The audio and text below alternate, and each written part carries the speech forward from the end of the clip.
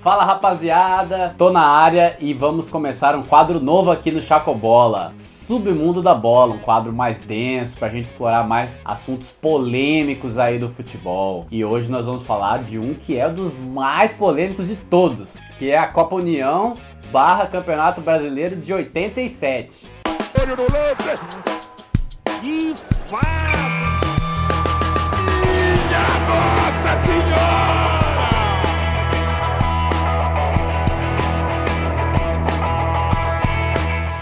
Para falar sobre esse assunto, que envolve muito clubismo, né? Os flamenguistas falam que eles são os campeões, os que torcem para os outros times falam que o Flamengo não é campeão. O STF definiu agora, depois de 30 anos, que o Sport é o campeão, mas afinal, o que aconteceu naquele ano? É isso que nós vamos fazer, nos propor a descobrir aqui de forma imparcial. O que estava acontecendo naquela época era uma cisão. Vocês já ouviram falar em Clube dos 13? Então, o Clube dos 13 foi criado, estava começando naquela época, em 1987. Os principais clubes do Brasil, os clubes de maior torcida, que são hoje considerados os 12 grandes, mais o Bahia, que também tem uma torcida muito grande. Estavam brigados com a CBF, os clubes, os 13 maiores clubes do Brasil em torcida, e resolveram formar uma liga independente. E aí nasceu a Copa União. Depois de um tempo, ainda tudo antes de começar o Campeonato Brasileiro da época, a CBF chegou a um acordo com os clubes, e aí teve o módulo verde, que foram com os clubes de mais torcida do Brasil, reuniu 16 clubes. Os tais Clube dos 13, mais Goiás, Santa Cruz e Coritiba.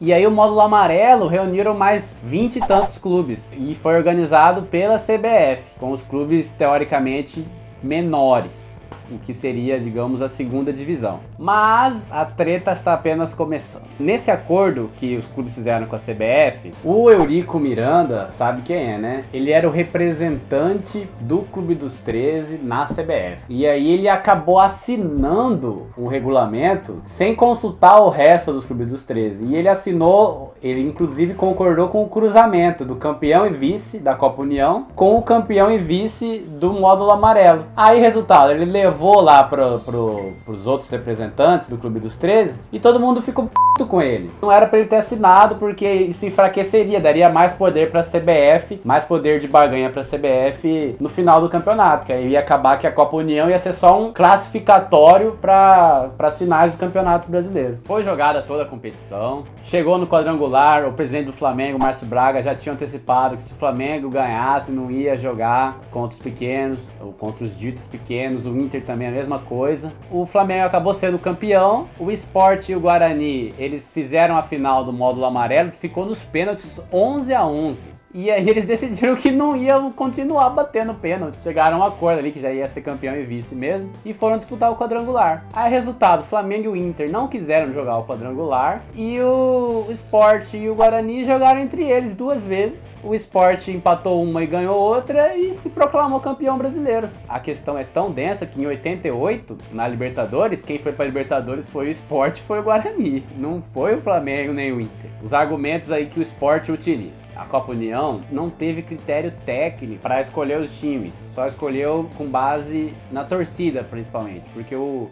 Guarani foi o vice-campeão brasileiro de 86 e um outro time, o América, a Ameriquinha do Rio, foi o 4º colocado em 86. E eles não disputaram a Copa União entre os 16. E o Botafogo foi o 32º em 86 e disputou entre os 16 a Copa União.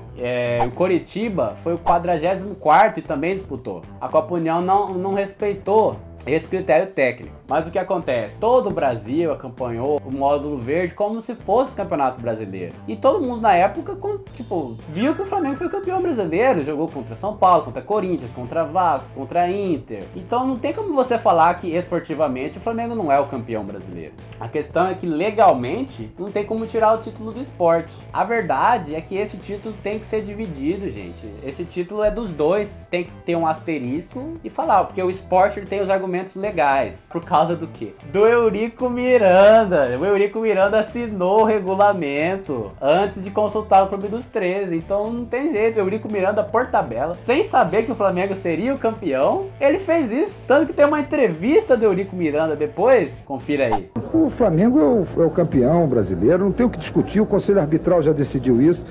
Eles, infelizmente, continuam os mesmos. os mesmos incompetentes, e continuam criando problemas.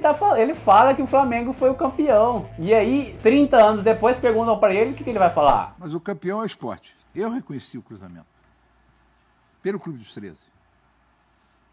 Senão não tinha campeonato. Vai ficar pro todo sempre aí, pros próximos anos, todo flamenguista vai falar que ele é campeão, e os outros vão falar que não é. Mas lá pra frente, acho que isso não vai fazer tanta diferença. Tanto é o seguinte, pra você falar que eu não tô sendo covarde e não tô querendo dar minha opinião, tem vários casos no futebol de dois campeões de uma mesma coisa, digamos, no ano. Por exemplo, em 2000, você tem o Corinthians e o Boca campeões mundiais, assim. Na fase de profissionalização do futebol carioca, tiveram 4 temporadas, de 1933 a 36, com 2 campeões também. Porque tinha uma liga amadora e uma liga profissional. E aí os dois foram declarados campeões. Com a unificação dos títulos agora, em 68, tem 2 campeões brasileiros.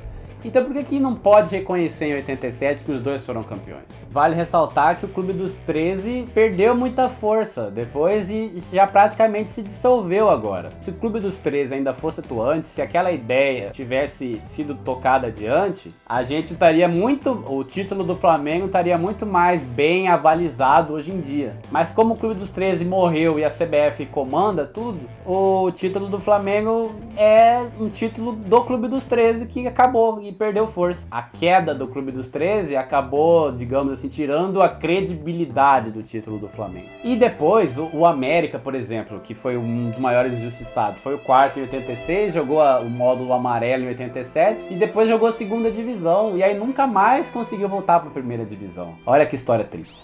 Então, resumindo a ópera, 87, Flamengo, Sport, campeões brasileiros. Inter e Guarani, os vices. É isso, pessoal, quadro novo, um quadro mais denso, mais profundo um pouco. Se você gostou, dá uma moral pra gente, pra ter mais submundo da bola aqui no Chacobola. Se inscreve no canal, clica no sininho.